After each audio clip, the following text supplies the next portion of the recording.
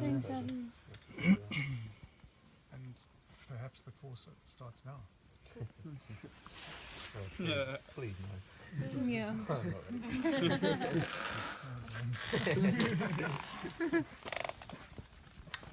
Put the music back on. Yeah, just I'll finish with a little word there. I think I've said it to a couple of people out there on activity that you can't be me, you can't be Van Hendrik, you can't be Al. You have to be yourself, you have to be unique. And people who do courses through this company have the ability and I think also the fortune in meeting numerous individual people who were guides for an extensive period of time, who have different personalities, different specialities, and you have to be yourself, you know. You have to take on what you are good at and what you enjoy and go with that. But learning from experienced people and learning from their personalities, it just shows. I mean, the difference between the people you've met so far, it's been quite vast, I'm sure. Do you agree? Yeah. Okay, so, and they've all made it in the industry, so if you find yourself a little bit left or right of the scale, don't worry, it's fine. You will make it. Just work on yourself. Be yourself. Okay. That's all I can add to that side, because you are your unique individual, and in the guiding industry, there's a place for every interesting, unique individual. There's definitely a place if you want to be there. Cheers. Cheers. Alan, Drink to that. Yes, ma'am. how do you feel about the Buffalo Thorn story? So I'll push play there. Buffalo Thorn story. How long is it? Because Alan says in the Zulu culture, if you start a story, you have to finish it. You guys have heard his one song, right?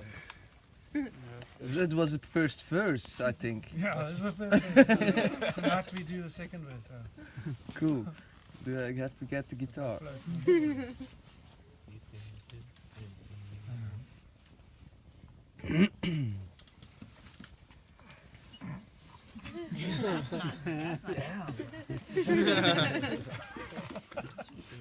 Thorn story.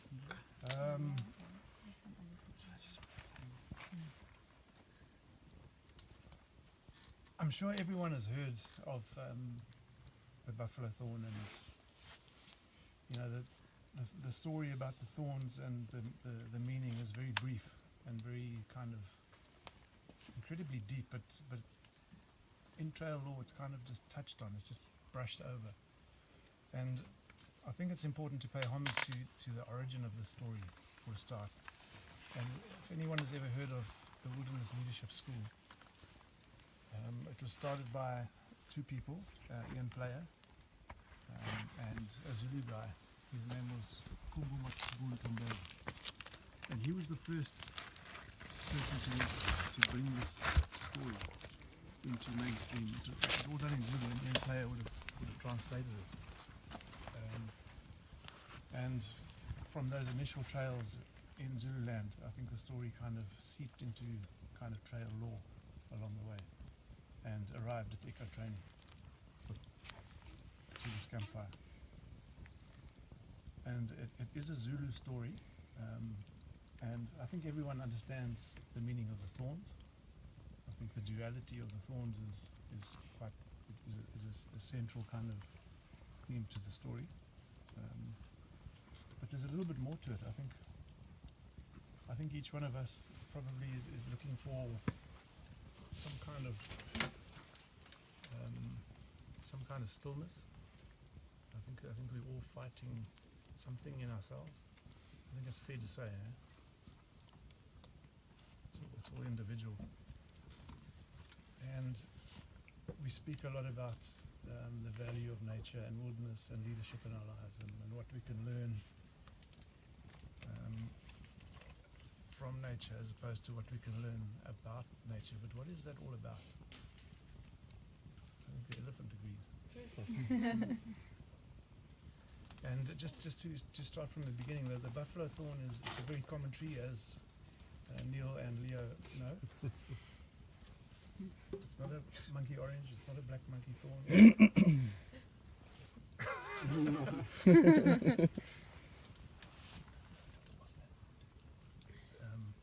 But in in Zulu, the tree is called Mpafa, which means tree of life.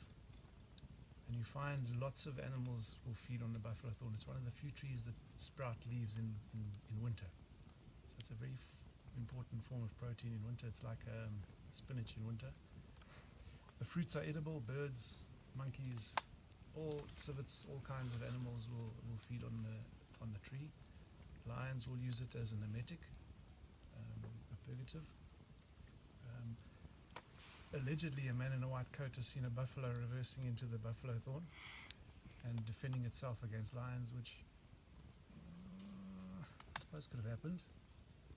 But we get Mars bars, and I've got nothing to do with Mars. So, but anyway, it's called a buffalo thorn. And in the Zulu culture, this is principally a Zulu story because of the homage of the story. And it's a widespread belief throughout southern Africa and also extending into the Nguni lineage coming in from East Africa. And when a person passes away, what will happen is, and this is happening as we are speaking in rural Zululand today, there are people wandering around the bush with a sprig of buffalo thorn, just a little piece like this, going to an accident site or a hospital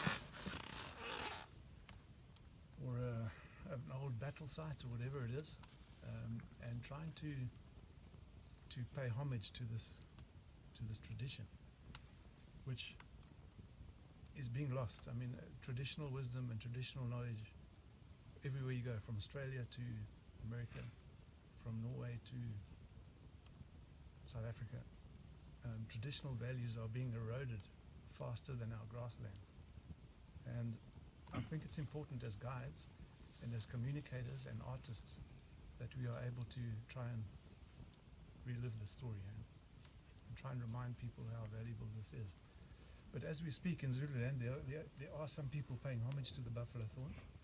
And what they will do is they will go to a place where a family member has passed away, and symbolically, through the hook thorn, will hold that person's spirit, not capture it. Please don't use the word capture, because you can't capture spirits. You put a bird in a cage, it's not a bird. Okay? It's something with feathers on. So they'll go to that place, symbolically hold that person's spirit, and then release the spirit through the straight thorn at a later stage. And if you look at the classic shape of the branches of a buffalo thorn, it's in that zigzag pathway. Eh? And at every turn in the branch, there is an equal and opposite pair of thorns. And that represents the duality of life, the extremes of life. So the hook thorn will represent your physical life, your presence, your history, your ancestry, your belief systems, your culture, and it will give you roots in the ground, and you will stand as tall as the tallest leadwood. But without the hook thorn, you don't have the vision of an eagle, because that will carry you forward. You don't have that freedom to express yourself and to go on from that. And just as our paths in life are not straight at every juncture in our path, and this happens multiple times a day, possibly multiple times an hour in our lives, we are faced with a decision. What do I do about that person? This person is pissing me off. I need to take care of this. Should I say something about that? Should I pass? Should I score? What do I do now? Where does that answer come from? It's got to come from the correct place. And what the buffalo thorn and the ancestry behind it is suggesting, that when you are faced with a decision, you have to understand the extremes in your life. The extreme between the hook thorn and the straight thorn. And without that, you cannot possibly make a sound and wise decision.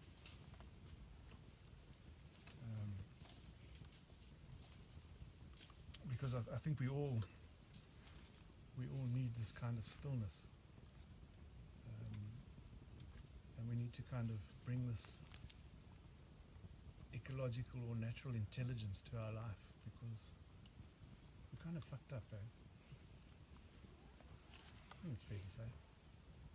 I think as a community, as a society, as a planet, it's not in good shape. But where do we find an understanding of where the extremes are? How do we follow the right course through the branch of the buffalo thorn? And this is where the story gets interesting.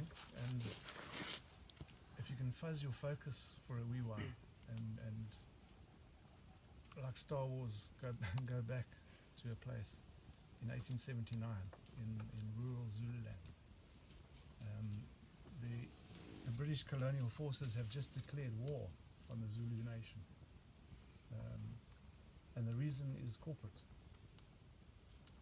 They want access from the harbour to the goldfields, and the Zulu people are in the way.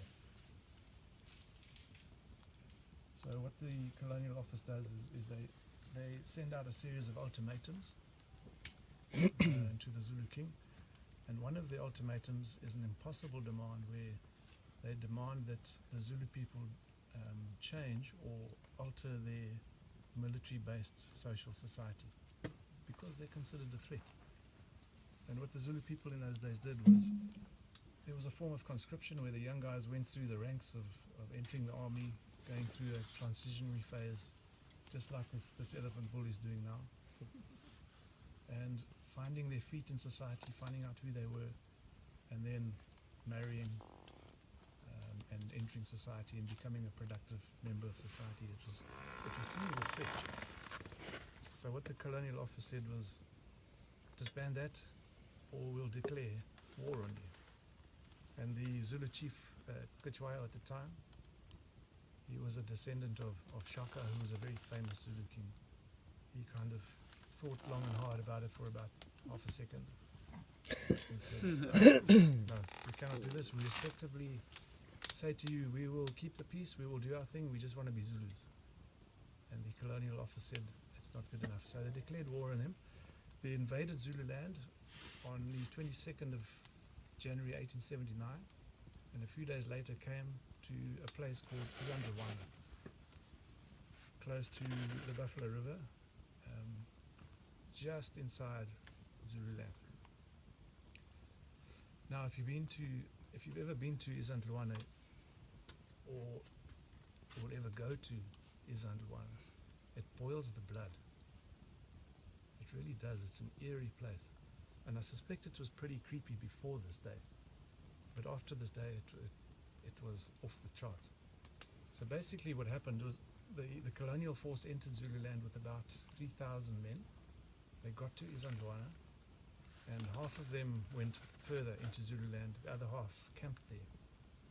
So there was about 1,200 people, soldiers, mostly British, but not exclusively British. Some African soldiers, some mercenaries, some local regiments.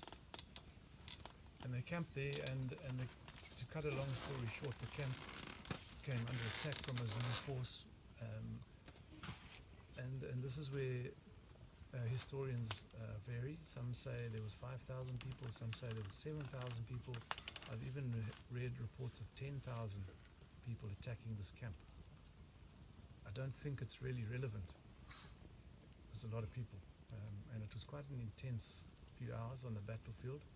If you go to Isandlwana, you'll see it's 2 miles, about 2 miles of very rough, rocky, very badly eroded terrain down to the bedrock. There's no sand, there's no riverbeds. It's a harsh country.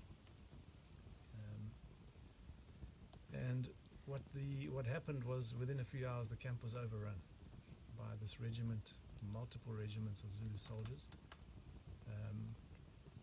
and they kind of swept over the plains. And what the Zulus did in those days was they attacked the camp in the formation of a buffalo. So the head of the buffalo, the main fighting force, was experienced soldiers, guys who had washed their spears multiple times beforehand.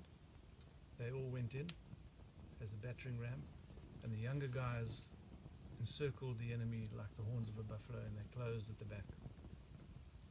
So they were the younger, fitter guys who could cover ground. And these guys don't matter what you see in Hollywood or that old movie with Michael Caine. Michael Caine. Hello, my name is Michael Caine. That was his first movie, eh? And Peter O'Toole and all these guys, that was all movies. These Zulu warriors went into battle naked. Eh? They didn't have these leopard skin leotards and ostrich feathers and plumes of lion claws around their necks and all that kind of stuff. They were smoked up. They were adrenaline pumped, and they wanted to kill. And they went into battle naked. Their sole purpose was to annihilate the enemy. And once again, they were forced into this situation by an unjust war. And they said to the British, well, if you're picking a war with us, you invade our country, it doesn't matter about the alternatives, we are going to hit you with everything we have. And that's exactly what they did, because they killed every man on that battle site. There were a few fugitives, some survivors who got off, but literally to the man, that regiment was wiped out. And it was wiped out. The British forces, the Welsh unit that fought there, they were armed with a Martini Henry rifle, which was the standard infantry issue of the day. It was a repeating rifle of very high caliber. And these guys were hardy soldiers, eh? They were the kind of prime fighting unit of the day. And the camp was spread out very wide, and this line of infantry was simply overrun by Zulu courage. These guys charged down the Martini Henry rifles with stabbing spears and shields made out of cowhide. They did have infantry, but they were using antiquated muskets, which were ineffective. And Cetshwayo's predecessor in the 1820s, Shaka, had reinvented the traditional Zulu stabbing spear or throwing spear. He turned it into a stabbing spear. So it was no longer an assegai with a long shaft and a short blade. It now became a short shaft and a long blade. It was essentially a big dagger, and it was designed for hand-to-hand close combat. So these guys were all mostly armed with these, up against the might of the Martini Henry rifle. And the stabbing spear won that day, simply by courage and resilience and Zuluness. These guys learned on the battlefield they could deflect the bullet of a Martini Henry rifle at 300 yards. So they played it down to third man at 300 yards. They got closer and closer just by sheer numbers, putting bodies on the line, taking hits. Incredible injuries, incredible casualties, slowly getting close to the infantrymen where they could use their stabbing spears. And after 9 or 10 hours, I think it was, the camp was overrun. And it was overrun before the horns closed at the back. And the British force, in a nutshell, was annihilated.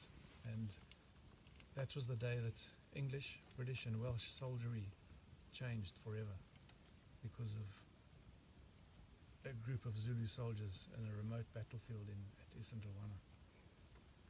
And that reverberated through the corridors of colonial history, and it still is. To cut a long story short, Isandlwana was overrun. The fugitives retreated to Rorke's Drift, and that became a very famous battle a short few hours later. But what happened at Isandlwana, although the battle was won, a few months later the war was lost because the British Colonial Office just pumped soldiers in, and money and weapons and intent, and the Zulu people were overrun a few months later. Personally, and I know a lot of guys mention this, the defeat at Isandlwana cost the Zulu, even though they won that battle, the defeat cost them very, very heavy casualties. There are figures of between 5,000 and 7,000 people that were killed on that battle site, Zulu people. day. Can you imagine that? This is where it starts to get tricky for me, so just buckle up. Can you imagine let's be conservative and say 5,000 people perished on that one plane in Zululand. So a few months later, this war was over, and then a few months after that, it became unoperational, and the Zulu people were slowly rehabiting that place, moving back where they weren't permitted to before. And can you imagine going to that place 8 months or a year, let's say, after? Can you imagine what that plane would have looked like? Because it was hard, rocky ground, the British forces certainly would not have buried any Zulu dead. They would have taken their own soldiers out.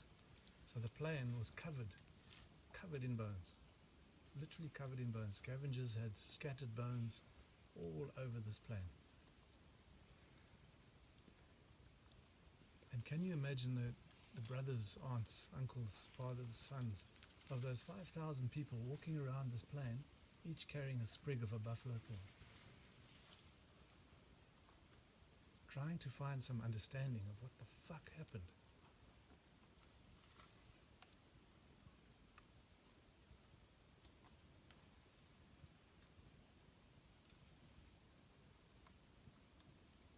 We call it closure. We call it trying to find closure. We call it trying to close the sacred circle, going back to source, going back to zero, whatever you want to call it. It's just trying to find the strength to carry on. And that was the influence and the power of the Mpafa tree that is still happening at that place, that very same place. It's still happening today. I've seen it.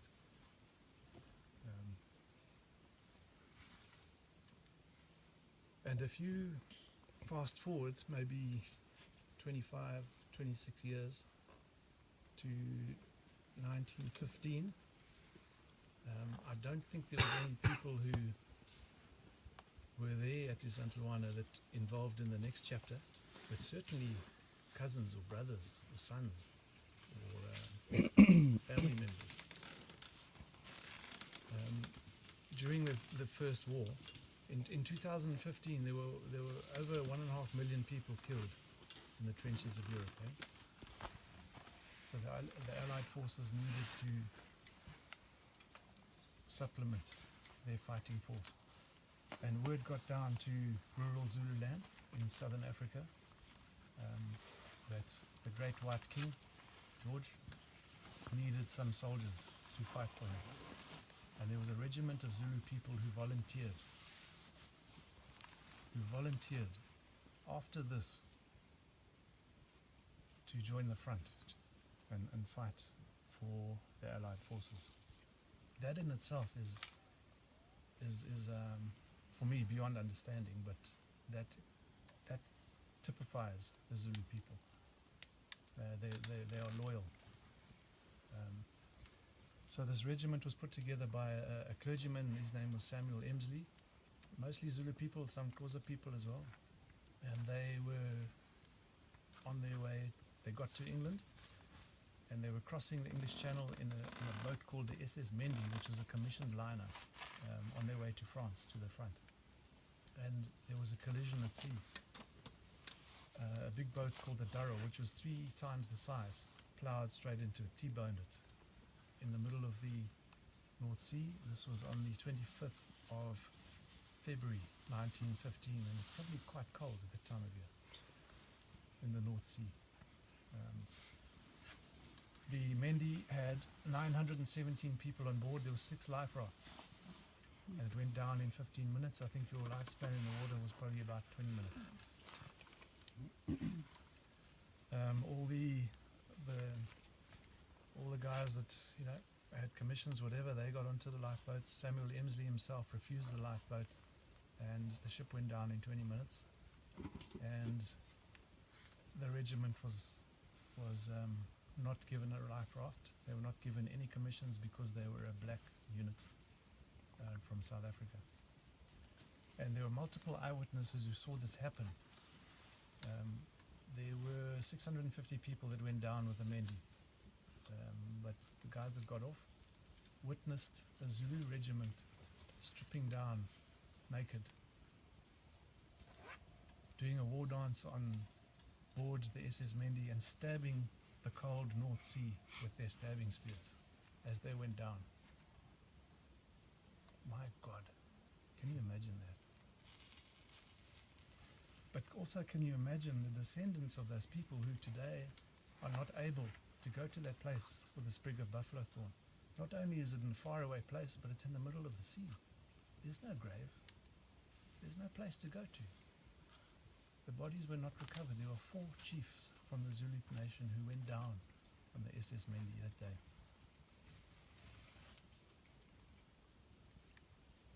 And to this day, that has caused unbelievable grief in the descendants of those people because there is no closure.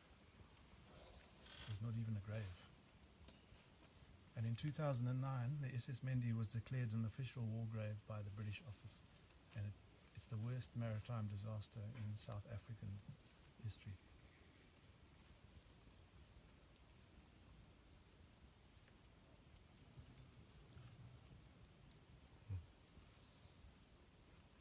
It's a pretty brutal story, but I think it touches archetypes. It touches blood and fear and survival and all that kind of stuff. And I think that probably presses the buttons of who we are today. And what the Buffalo Thorn story suggests is we need to return to something. We need to understand that there is a Zulu soldier and there's a British infantryman inside all of us, raging this hatred and this war against ourselves and against our other people and against the planet and against society. And we need to stop. We need to remember what the Buffalo Thorn is telling us. Psalm 46:10 says, "Be still and know that I am God." It does not say, "Know that I am God and be still." Because stillness comes from within.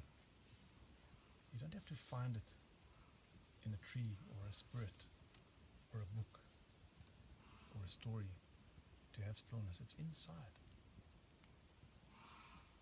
And that's what the Buffalo Thorn is telling us.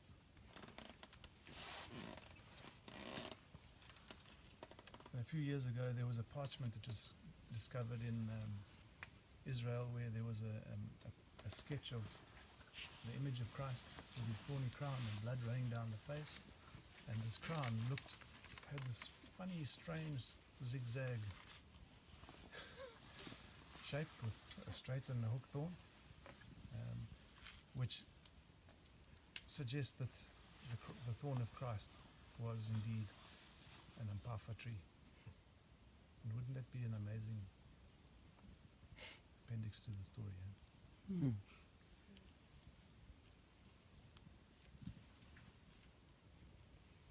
So, when you're ruminating about all the stuff that you learnt on course and all the facts and figures and how fast this flies and what this eats and how much this shits and what the name of this is and the indication of that, those are all tools. Those are all tools that will get you into the industry. But you need a toolbox to hold the tools. And the Buffalo Thorn suggests there's more to this than just information.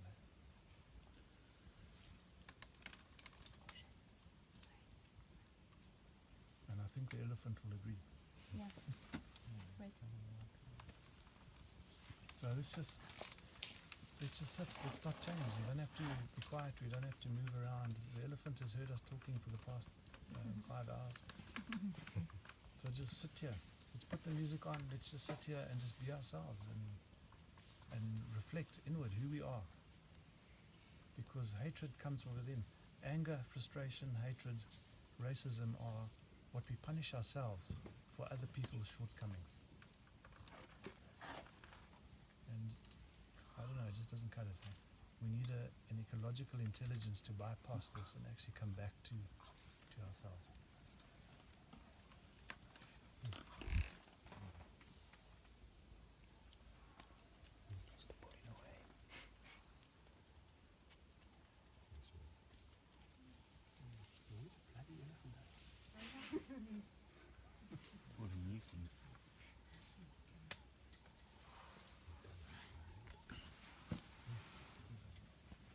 That's beautiful, huh? Wow.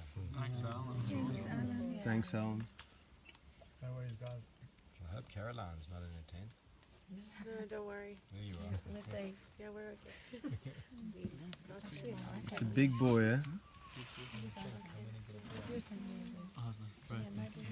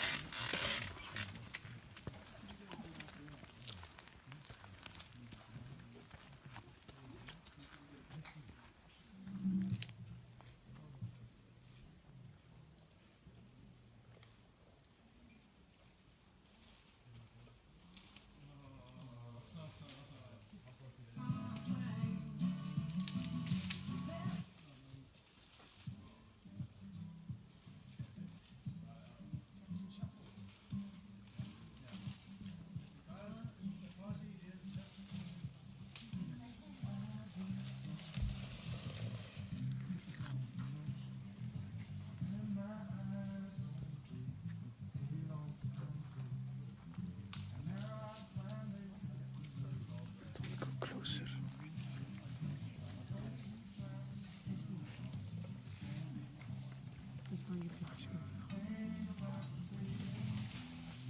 I need to go to my tent. That's a good idea. Just gonna take the picture. Make sure you have no flash on, eh? Make it red. No flash. It's off. And then like it's off. It's off. It's off. It's off.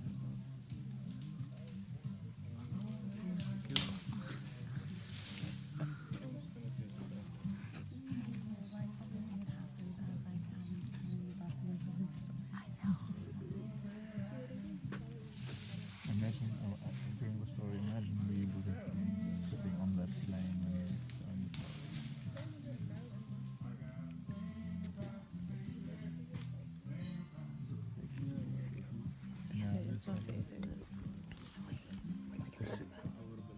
This is butt, eh?